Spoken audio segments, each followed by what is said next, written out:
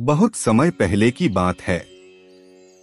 असुरों का राजा हिरण्यकश्यप अपनी शक्ति और घमंड के कारण स्वयं को भगवान मानने लगा था। उसने अपने राज्य में ये आदेश दे दिया कि कोई भी भगवान विष्णु की पूजा नहीं करेगा। जो ऐसा करेगा उसे कड़ी सजा मिलेगी।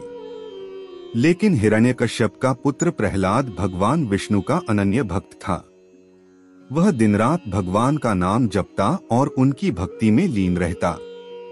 प्रहलाद की भक्ति देखकर हिरण्यकश्यप क्रोधित हो गया।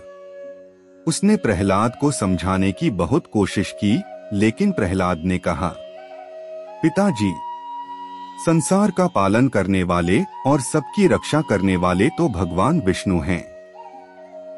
वही सबके सच्चे राजा हैं। यह सुनकर हिरण्यकश्यप आग बबूला हो गया। उसने प्रहलाद को मारने के लिए कई प्रयास किए। कभी उसे ऊंचे पर्वत से फेंक दिया, कभी हाथियों के पैरों तले कुचलवाने की कोशिश की, तो कभी जहर पिलाया।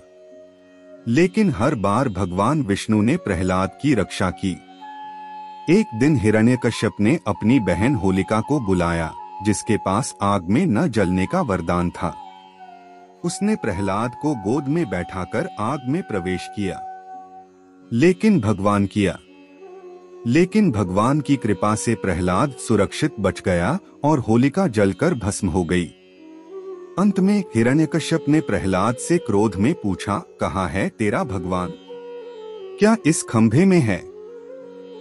प्रहलाद ने कहा, भगवान तो कण-कण में हैं।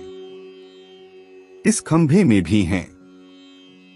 हिरण्यकश्यप ने गुस्से में खंभे पर प्रहार किया। तभी खंभा फट गया और उसमें से भगवान विष्णु ने नरसिंह रूप में प्रकट होकर हिरण्यकश्यप का वध कर दिया। प्रहलाद की भक्ति और भगवान की महिमा से पूरा संसार चकित रह गया। यह कथा हमें सिखाती है कि भगवान अपने भक्तों की हर संकट में रक्षा करते हैं। सच्ची भक्ति और विश्वास से भगवान अवश्य प्रकट होते हैं। जय श्री हरि। आपको यह कहानी कैसी लगी?